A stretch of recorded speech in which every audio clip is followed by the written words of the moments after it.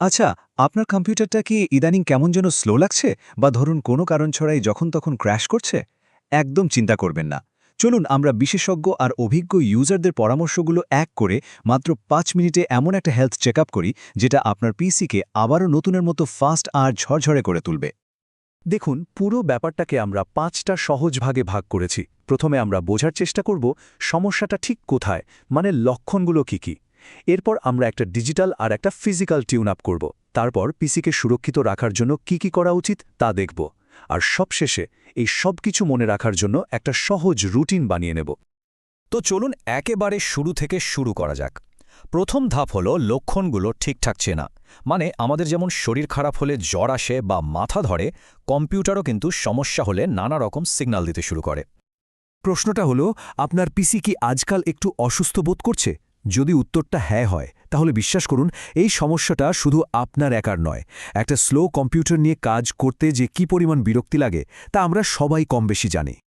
Trend মাইক্রোর মতে কিছু সাধারণ লক্ষণ আছে যা দেখলেই বোঝা যায় পিসির যত্ন দরকার। যেমন ধরুন, হুটহাট করে সিস্টেম ক্র্যাশ করা বা সেই ভয়ঙ্কর ব্লু স্ক্রিন চলে আসা, কিংবা পারফরম্যান্স একদম কমে যাওয়া।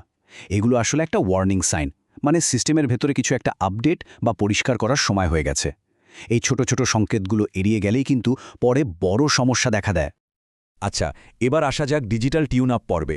মানে এখন আমরা কম্পিউটারের সফটওয়্যার সাইটটা দেখব, কিভাবে ভেতর থেকে পুরো সিস্টেমটাকে আবার রিফ্রেশ বা সজীব করে তোলা যায়। এই ডিজিটাল টিউন আপের একটা খুব জরুরি অংশ হল ডিভাইস ড্রাইভার।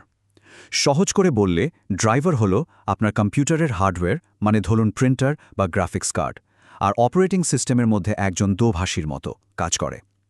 যদি এই ড্রাইভার পুরনো হয়ে যায়, তাহলে কিন্তু হার্ডওয়্যারগুলো ঠিকঠাক মতো কথাই বলতে পারে না সিস্টেমের সাথে, আর তখনই সমস্যা শুরু হয়।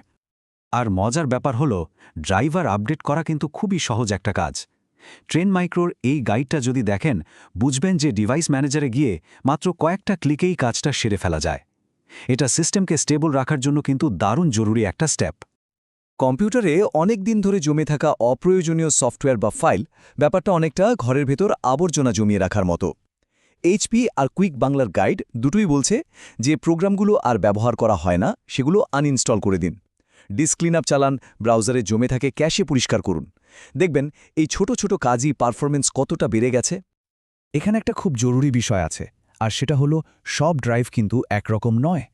এইচপি আর কিউব ডিভাইসের তথ্য যদি দেখি, তাহলে হার্ড ডিস্ক ড্রাইভ বা এইচডিডি এর জন্য ডিফ্র্যাগমেন্টেশন খুব দরকারি। এটা ছড়ানো ছিটানো ডেটাগুলোকে এক জায়গায় এনে স্পিড বাড়িয়ে দেয়। কিন্তু আপনার পিসিতে যদি এসএসডি থাকে, তাহলে ভুলেও ডিফ্র্যাগমেন্ট করতে যাবেন না। এতে কোনো লাভ তো হবেই না, উল্টো ড্রাইভের লাইফ কমে যাবে। ড্রাইভ ভালো রাখার জন্য আরও কিছু প্রো টিপস আছে।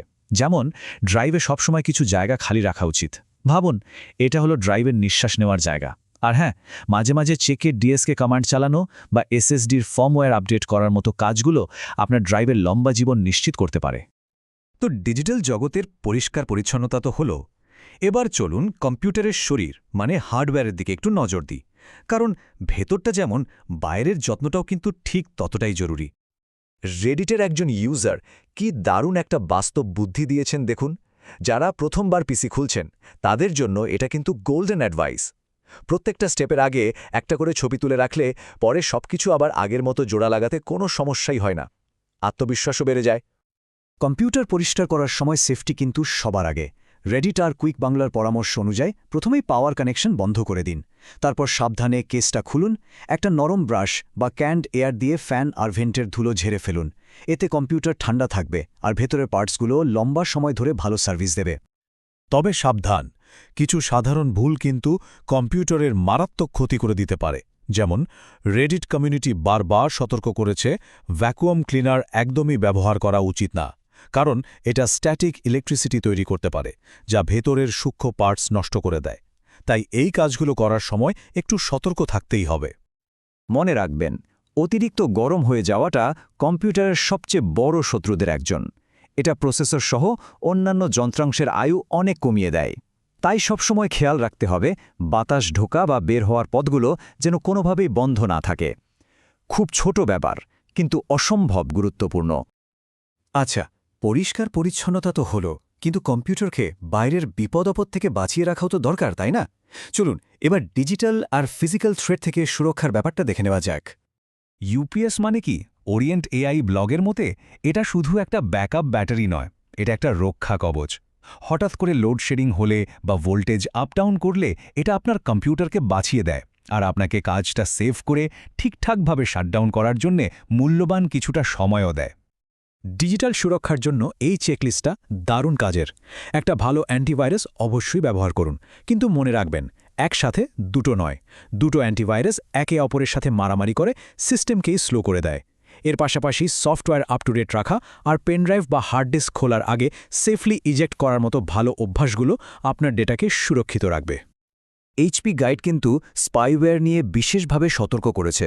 অনেক সময় ফ্রি সফটওয়্যার ইনস্টল করতে গিয়ে আমরা না দেখেই ইয়েস, নেক্সট, অ্যাগ্রি এইসব ক্লিক করতে থাকি, আর তার সাথে কিন্তু না চাইতেই অনেক স্পাইওয়্যার বা অ্যাডওয়্যার সিস্টেমে ঢুকে পড়ে। তাই কিছু ইনস্টল করার সময় একটু চোখ কান খোলা রাখা ভালো।